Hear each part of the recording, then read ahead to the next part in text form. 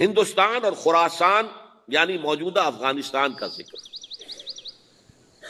ابن ماجہ کی روایت ہے عن عبداللہ ابن الحارث رضی اللہ تعالی عنہ قال رسول اللہ صلی اللہ علیہ وسلم یخرج ناس من المشرق یؤتئون للمہدی یعنی سلطانہ، یعنی سلطانہ، دونوں طرح سے پڑھ سکتے ہیں۔ حضرت عبداللہ ابن حارث فرماتے ہیں رضی اللہ تعالی عنہ کہ حضور نے ارشاد فرمایا مشرق کی طرف سے وہ فوجیں نکلیں گی، لوگ آئیں گے جو عرب میں مہدی کی حکومت قائم کریں گے۔ یہ مہدی کون ہوں گے اس کا ذکر میں ذرا بعد میں کروں گا، لیکن نوٹ کر لیجئے کہ مہدی سے پہلے لازماً کسی مشرقی علاقے کے اندر وہ نظام قائم ہو چکے گا، تب وہاں سے فوجیں آئیں گی نا۔ یہ مشرق کون سا ہے؟ عرب کے مشرق میں آپ چلیے، ایران بھی آ جائے گا، افغانستان بھی ہے، پاکستان بھی ہے، اور اگر اسے اور توسیع دیں تو ہندوستان بھی ہے۔ یہ ہے عرب کا مشرق، اس سے فوجیں جائیں گی۔ اس کا کیا مطلب ہے کہ اس میں سے کسی جگہ پر نظام خلافت پہلے قائم ہو جائے گا تاکہ وہاں سے فوجیں جائیں گی جو جزیرہ نما عرب میں حضرت مہدی کی حکومت کو قائم کریں گی۔ اب دوسری حدیث سنیے، یہ سنن ابن ماجہ کی حدیث تھی جو میں نے آپ کو سنائی، آپ نے پڑھی۔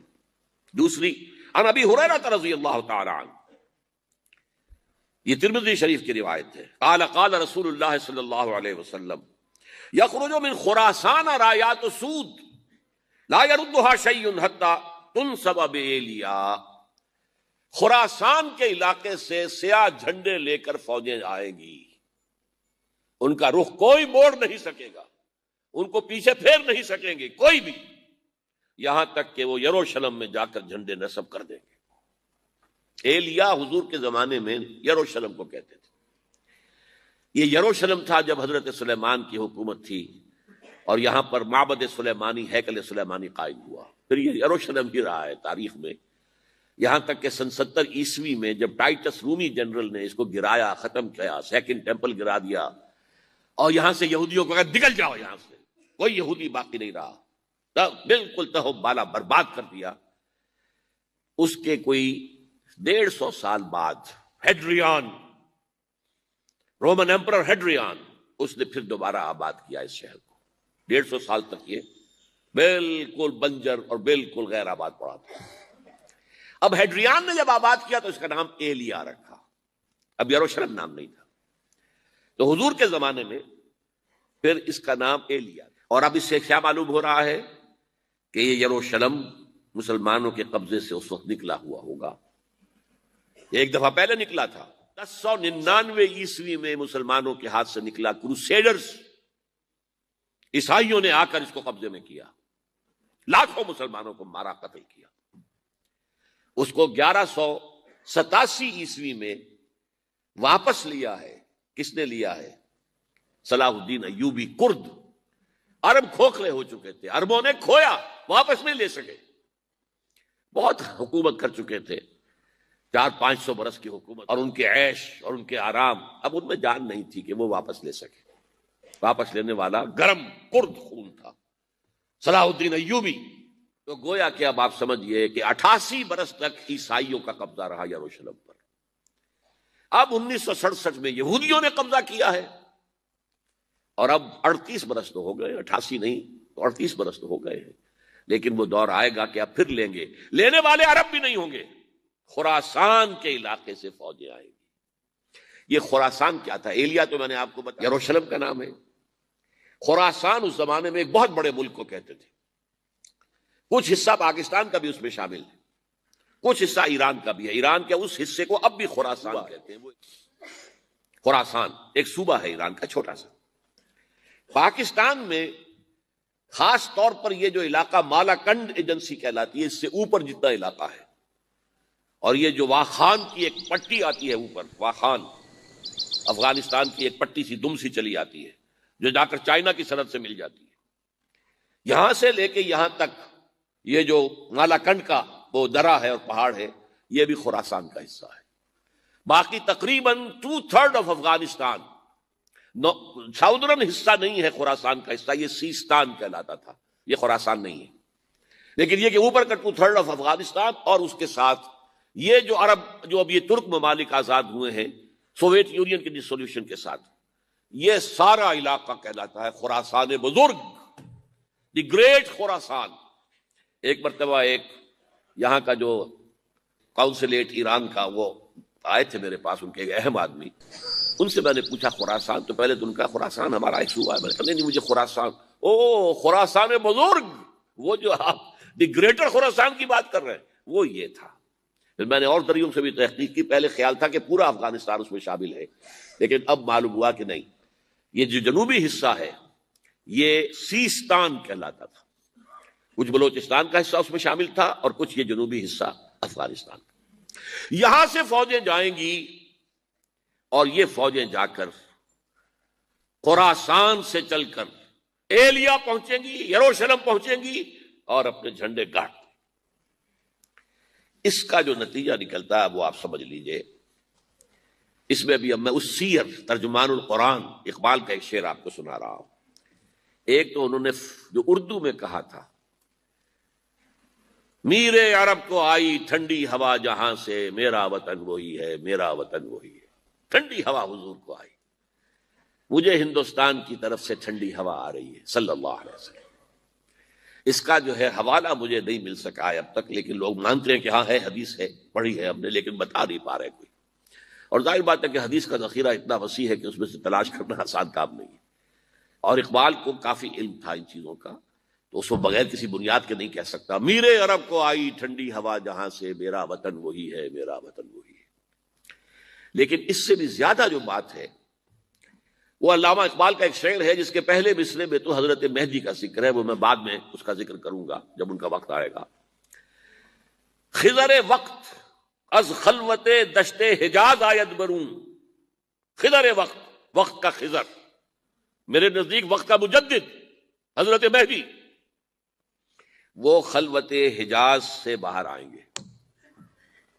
خضر وقت از خلوت دشت حجاز آید برون، کارواں زی وادی دور و دراز آید برون، کارواں اس وادی دور و دراز سے چلے گا۔ یہ وادی دور و دراز کون سی ہے؟ وادی سندھ۔ وادی سندھ کا تصور پتہ نہیں آپ کو کیا ہے، آپ کو معلوم ہونا چاہیے کہ وادی سندھ، یہ سارے ٹریبیوٹس جو آ رہے ہیں جو وادی اس دریائے سندھ میں مل رہے ہیں، جیسے ایک درخت ہوتا ہے اور اس کی شاخیں ہیں، وہ تو درخت کے تنے سے نکلی ہیں۔ ایک یہ کہ ٹریبیوٹریز ہوتی ہیں، چھوٹے چھوٹے دریا ہوتے ہیں، وہ ملتے ہیں تو ایک بڑا دریا بنتا ہے۔ یہ ٹریبیوٹریز مشرق سے بھی آ رہی ہیں سندھ میں اور مغرب سے بھی آ رہی ہیں۔ افغانستان کا جو مشرقی حصہ اسی وادی سندھ کے اندر ہے، اور یہ موجودہ پاکستان، بلکہ اس میں سے کچھ حصہ جو ہم چھوڑ چکے ہیں، ہم سے نکل گیا دریائے ستلج تک، یہ اس وادی سندھ کا حصہ ہے۔ کہاں آ رہا ہے ستلج؟ سندھ میں، اور بیاس تو ستلج میں پہلے ہی آ گیا، راوی آ گیا، چناب آ گیا، جہلم آ گیا، سب سندھ میں پہنچ گئے، پیٹن کوٹ میں سب پہنچ گئے کہ نہیں پہنچ گئے؟ اوپر سے یہ دریائے سوات آ رہا ہے، یہ دریائے دیر آ رہا ہے، یہ دریا فلاں آ رہا ہے، یہ دریا فلاں آ رہا ہے، سب دریائے کابل میں ہو کر کہاں پہنچے؟ سندھ میں۔ اوپر سے دریائے ہنزہ آ رہا ہے، دریائے گلگت آ رہا ہے، کہاں آ کر گرے؟ سندھ میں۔ پھر یہ جو دریا آ رہے ہیں جو ہمارے جو ہے درائے گومل سے چلا آ رہا ہے، ٹوچی چلا آ رہا ہے، کہاں جاتے ہیں؟ سندھ میں۔ یہ پوری وادی ہے، یہ افغانستان کا مشرقی حصہ جو پختون ہے، 100% پختون، وہ در حقیقت وادی سندھ کے اندر ہے۔ یہ دو طرف سے وادی سندھ۔ کارواں زی سے مراد ازیں، کارواں ازیں وادی دور و دراز آیت برو، فوجیں یہاں سے جائیں گی حضرت مہدی کی حکومت قائم کرنے کے لیے۔ خضر وقت از خلوت دشت حجاز آیت برو، کارواں زی وادی دور و دراز آیت برو۔ یہ ہے اس سیر کا۔ حالانکہ یہی شخص ہے جو اپنے خطبات کے اندر نفی بھی کرتا ہے کہ یہ مہدی اور وہ یہ سب تصورات جو ہیں یہ کوئی صحیح نہیں ہے، اور یہ پرانی کوئی روایات چلی آ رہی تھی، ہر مذہب میں تصور ہے، اس طرح کی بات کہی ہے۔ جب عقل سے بات کرتا تھا اس میں ٹھوکریں کھاتا تھا، جب دل سے اس کے یہ سیلاب کے مانند چشمہ ابھرتا تھا دل سے اس کی شاعری کا، اس میں ہوتے تھے وہ حقائق کہ جو ابدی ہے۔ اس پر جو اشفاق صاحب ہوتے تھے ہمارے ہاں، اشفاق احمد ادیب، ڈرامہ نگار تلقین شاہ، انہوں نے بڑی پیاری بات کہی تھی، اگرچہ ان کا مذاق اڑایا تھا روزنامہ نوائے وقت نے، بات بڑی پیاری تھی۔ اقبال ایک دن کا اقبال تھا، ایک رات کا اقبال تھا۔ دن کا اقبال فلسفی تھا، وہ اپنی عقل سے غور و فکر کرتا تھا، اس کا حاصل تو ہے وہ لیکچرز، خطبات، ان میں بہت سی باتوں پر علماء کو شدید اعتراض ہے۔ ایک رات کا اقبال تھا، اسے الہام ہوتا تھا، سیلاب آتا تھا شاعری کا، اور وہ اقبال جو ہے اصل اقبال ہے۔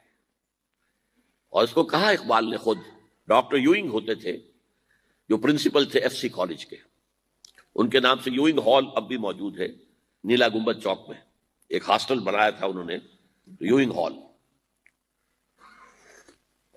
ایک دعوت میں سب جمع تھے، ڈاکٹر یوئنگ بھی تھے، علامہ بھی تھے۔ یوئنگ نے بڑا تیکھا وار کیا کہ ڈاکٹر اقبال، ہم نے سنا ہے کہ آپ جیسا آدمی بھی وربل ریولیشن کا قائل ہے۔ کو پہلے مسئلہ سمجھ لیجئے ورنہ واقعہ سمجھ نہیں آیا تھا۔ ایک ہے وربل، وحی باللفظ، قرآن کے بارے میں ہمارا عقیدہ یہ الفاظ اللہ کے ہیں۔ ایک ہوتا ہے وحی، لیکن اس وحی میں لفظ جو ہے وحی کا نہیں ہوتا، بلکہ وہ انسپریشن کہلاتی ہے، کوئی بات آپ کے ذہن میں ڈال دی گئی، آپ نے اپنے الفاظ میں اس کو ادا کیا۔ تو یہ سمجھتے ہیں کہ وحی جو ہے یہ ہمیشہ وحی باللفظ وربل نہیں ہوتی، یہ عیسائیوں کا عقیدہ ہے۔ اور وہ عقیدہ کیوں بنایا ہے؟ اب ایک بات سے بات نکل رہی ہے، انجیلیں 100 سے زیادہ تھیں، اب بھی کم سے کم 4 کو کینونیکل کہتے ہیں، تو ان چاروں میں اختلاف ہے، تو کون سی انجیل ہے؟ میں جب پڑھتا تھا میڈیکل کالج میں تو میں نے منٹگومری میں ایک بہت بڑا کمیشن ہے، اور تو وہاں پادری صاحب سے مسٹر وائٹ جا کے میں نے کہا کہ which one of these is Bible? اب جواب آپ سنیے، ذہانت کا شاہکار ہے، none of them is Bible. Bible is in them. ان میں سے کوئی بائبل نہیں ہے، بائبل ان کے اندر ہے۔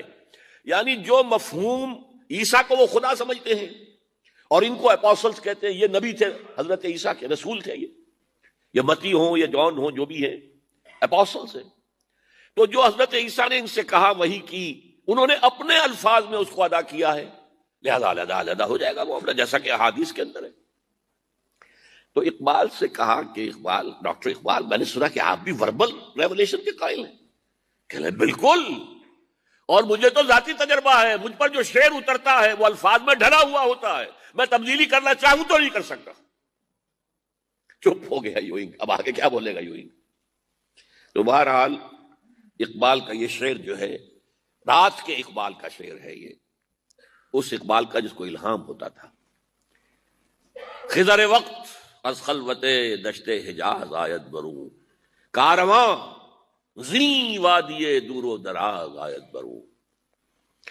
اب میں نے اب تک تو یہ ڈسکس کیا ہے قرآن، حدیث، سنت اور ایک ترجمان القرآن کے حوالے سے۔ اب آئیے عالمی حالات کے حوالے سے دیکھیں۔ عالمی حالات سے بھی معلوم ہوتا ہے کہ ایک عالمی ریاست تقدیر مبرم ہے۔ زمانہ تیزی کے ساتھ ادھر جا رہا ہے، جبکہ پوری دنیا کی ایک ریاست ہوگی، بلکہ بہت پہلے سے اس کا تقاضا پیدا ہو چکا ہے۔ دنیا اتنی چھوٹی ہو گئی ہے، آج آپ اسے کہتے ہیں گلوبل ولیج، یہ تو گاؤں کے مانند ہے، اب کوئی فاصلہ نہیں رہا۔ امریکہ میں تاج پوشی ہو رہی ہے بش صاحب کی، اور کا منظر ہم بیٹھے دیکھ رہے ہیں، سارا کا سارا 12,000 میل دور بیٹھے ہوئے دیکھ رہے ہیں۔ دنیا کیا ہے؟ یہ تو ایک گاؤں ہے، ایک شہر ہے۔ اور ایک عالمی ریاست اگر قائم نہیں ہوتی تو دنیا میں کبھی امن قائم نہیں ہو سکتا۔ لہذا دنیا میں امن کے لیے ایک عالمی ریاست ضروری ہے، اور اسی کے پہلے قدم کے طور پر وہ لیگ آف نیشنز جو ہے قائم کی گئی تھی۔ کوئی تو ادارہ ایسا ہونا چاہیے جہاں دنیا کے سارے ممالک کے نمائندے بیٹھیں، سوچیں، غور کریں، فیصلے کریں۔ اگرچہ وہ جو بے ایمانیاں دلوں میں تھیں، جو بدنیتیں دلوں میں تھیں، انہوں نے ناکام کر دیا اس کو، لہذا وہ مر گئی، ختم ہو گئی۔ ہاں، جنم دے گئی اسرائیل کو، اس کے بطن سے اسرائیل نے جنم لیا، اسرائیل نے نہیں، بالفور ڈکلریشن نے، کہ یہودیوں کو فلسطین میں آباد ہونے کی اجازت ہے۔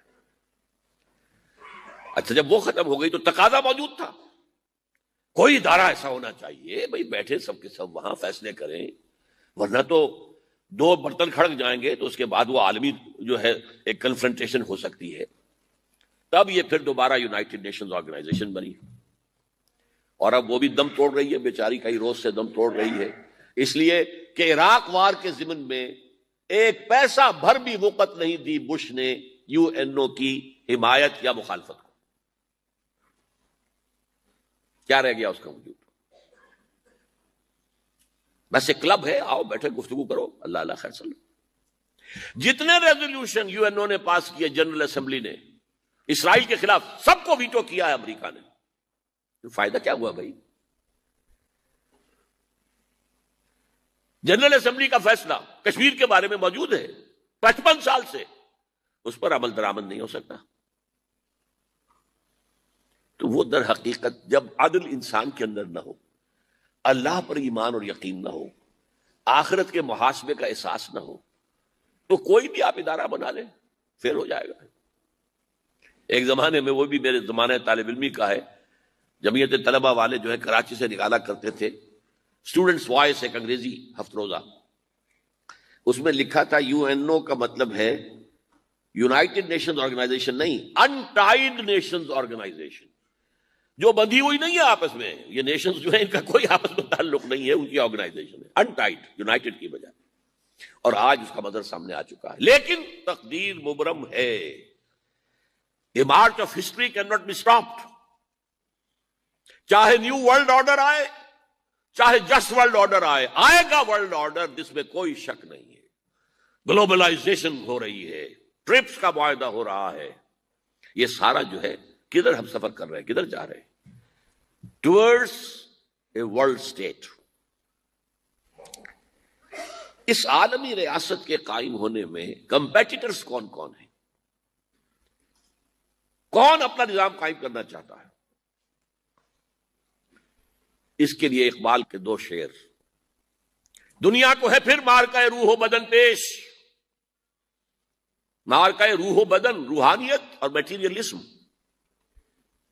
دنیا کو ہے پھر مارکہ روح و بدن پیش، تہذیب نے پھر اپنے درندوں کو ابھارا۔ تہذیب کے درندے، یہ ہے مغربی قوموں کے لیے بہترین لفظ ہے، تہذیب کے درندے، کہتے ہیں سیویلائزیشن سیویلائزیشن سیویلائزیشن، اور جو درندگی وہ کرتے ہیں، کوئی بھیڑیے وہ درندگی نہیں کر سکیں گے جو وہ کرتے ہیں۔ دنیا کو ہے پھر مارکہ روح و بدن پیش، تہذیب نے پھر اپنے درندوں کو ابھارا، اللہ کو پامر دیے مومن پہ بھروسہ، ابلیس کو یورپ کی مشینوں کا سہارا۔